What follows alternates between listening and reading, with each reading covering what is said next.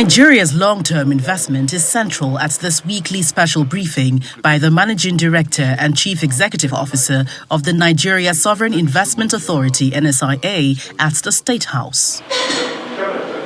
$200 million is a major financial projection to advance among 20 other health projects, manufacturing of drugs, vaccines, construction of world-class hospitals, and cancer centers by the NSIA. This is why we need to build these things here, because there's a limit to trade. There's a limit to how much you can import. There's a limit to how much you can travel. We saw that limit last year and this year.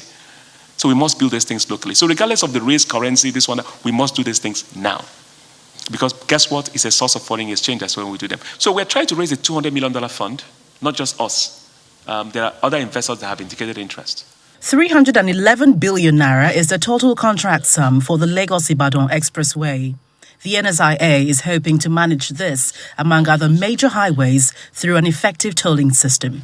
So let me put it this way. When the concessions are completed and the roads are operational, NSIA will own the operating company. NSIA, I started at the beginning to tell you, is owned by everybody. Federal government, state government, local government, FCT. So every Nigerian is a stakeholder. This is not a private entity you're giving the tolling. NSIA will have a vehicle that will toll and maintain and manage these roads on a commercial basis. Among a range of other issues, fertilizer racketeering is another concern the federal government vows to deal with. There's an agreement that was had with the industry around pricing for NPK 2010-10. So if you have one or two areas where people are trying to racketeer, do let us know. Report to your state government. This is not right. It is not for one or two persons to try and racketeer. That would be illegal. That's economic sabotage.